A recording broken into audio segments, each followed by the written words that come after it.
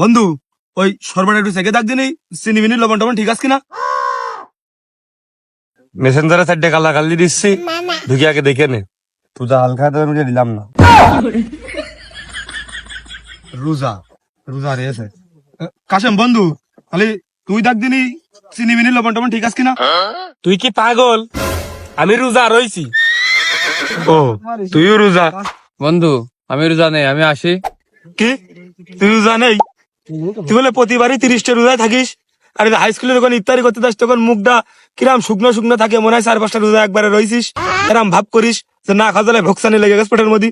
তাই জড়িও চেক করে দে সরবরাহটা ঠিক আছে কিনা।